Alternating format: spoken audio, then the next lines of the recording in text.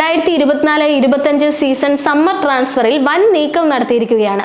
വിദേശ താരങ്ങളെ സ്വന്തമാക്കുകയും സ്വദേശി താരങ്ങളെ വിൽക്കുകയും ചെയ്യുക മാത്രമല്ല, സ്വന്തം ക്ലബിലെ മറ്റ് കളിക്കാരെ പുതിയ താവളങ്ങളിലേക്ക് അയക്കുകയും ചെയ്യുന്ന നീക്കമാണ് ഈ പ്രീ സീസൺ ട്രാൻസ്ഫർ വിൻഡോയിൽ കേരള ബ്ലാസ്റ്റേഴ്സ് സ്വീകരിച്ചിരിക്കുന്നത്. 2024-25 സീസണിൽ ഡ്യൂറൻ കപ്പ് ഫുട്ബോളിലൂടെയാണ് ബ്ലാസ്റ്റേഴ്സ് പോരാട്ടം ആരംഭിച്ചത്. സ്വീഡിഷ് പരിശീലകനായ മൈക്കിൾ സ്റ്റാറയുടെ ശിക്ഷണത്തിൽ ബ്ലാസ്റ്റേഴ്സ് ഇറങ്ങിയ ആദ്യ ടൂർണമെന്റ് ആയിരുന്നു ഇത്. 2024 ഡ്യൂറൻ കപ്പിൽ 2 റെക്കോർഡുകൾ കുറിക്കാൻ കേരള ബ്ലാസ്റ്റേഴ്സിന് സാധിച്ചിട്ടുണ്ട്. മുംബൈ സിറ്റി എഫ്സിക്കെതിരായ 8-0 വിജയത്തോടെയാണ് ഈ 2 റെക്കോർഡുകൾ കുറിക്കപ്പെട്ടത്. ബ്ലാസ്റ്റേഴ്സിന്റെ ചരിത്രത്തിലെ ഏറ്റവും വലിയ ജയമാണ് മുംബൈ സിറ്റി എഫ്സിക്കെതിരായത്.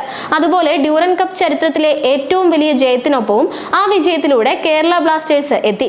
2024-25 സീസണിൽ മൊറോക്കൻ ഫോർവേഡായ നോഹ സദവിയാണ് കേരള ബ്ലാസ്റ്റേഴ്സിന്റെ ഏറ്റവും മികച്ച സൈനിങ്. എന്നാൽ ഏറ്റവും മോശം വിൽപ്പന ഡിഫൻസീവ് മിഡ്ഫീൽഡറായ ജിക്സൺ സിംഗിനെ വിട്ടുകളഞ്ഞതാണ്. 2024-25 പ്രീ സീസൺ ട്രാൻസ്ഫറിൽ ഈ 2 നിർണായക കാര്യങ്ങൾ ചെയ്തതിനു ശേഷം മറ്റൊരു നീക്കവും കൊച്ചി ക്ലബ്ബ് നടത്തിയിരുന്നു.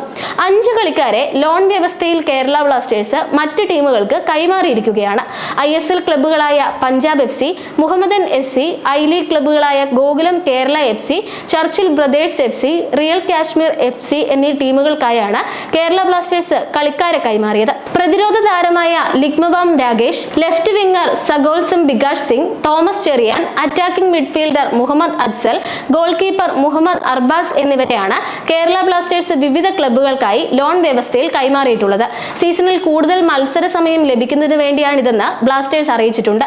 ലിക്മബാം രാഗേഷ് 2024 ബംഗളൂരു FC-യിൽ നിന്ന് 3 വർഷ കരാറിലായിരുന്നു ബ്ലാസ്റ്റേഴ്സിലേക്ക് എത്തിയത്. പഞ്ചാബ് FC-യിലേക്കാണ് താരം ലോൺ വ്യവസ്ഥയിൽ ചേക്കേറിയിരിക്കുന്നത്.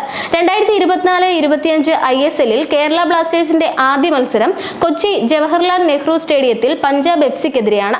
ബികാഷ് സിംഗ് മുഹമ്മദൻ SC-യിലേക്കും തോമസ് ചർച്ചിൽ ബ്രദേഴ്സിലേക്കും അജ്സൽ ഗോകുലം കേരളയിലേക്കും അർബാസ് റിയൽ കാശ്മീരിലേക്കുമാണ് ലോൺ വ്യവസ്ഥയിൽ നീങ്ങിയിരിക്കുന്നത്. ബ്ലാസ്റ്റേഴ്സിന്റെ ആദ്യ മത്സരം തിരുവോണ ദിവസമായ സെപ്റ്റംബർ 15-നാണ്.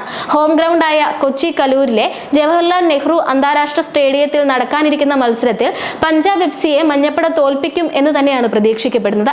ആദ്യ കളി ജയിച്ചു തുടങ്ങാൻ മഞ്ഞപ്പടയ്ക്കാകുമെന്ന പ്രതീക്ഷയിലാണ് ആരാധകർ. ചിരവൈരികളായ ബംഗളൂരു FC-ക്കെതിരായ ആദ്യ പോരാട്ടം ഒക്ടോബർ 25-ന് കൊച്ചിയിലും എവേ പോരാട്ടം ഡിസംബർ 7-നും നടക്കും. മഞ്ഞപ്പട ആരാധകർ ഏറ്റവും കൂടുതൽ ആകാംക്ഷയോടെ കാത്തിരിക്കുന്ന മത്സരങ്ങളാണ് ഇത് രണ്ടും.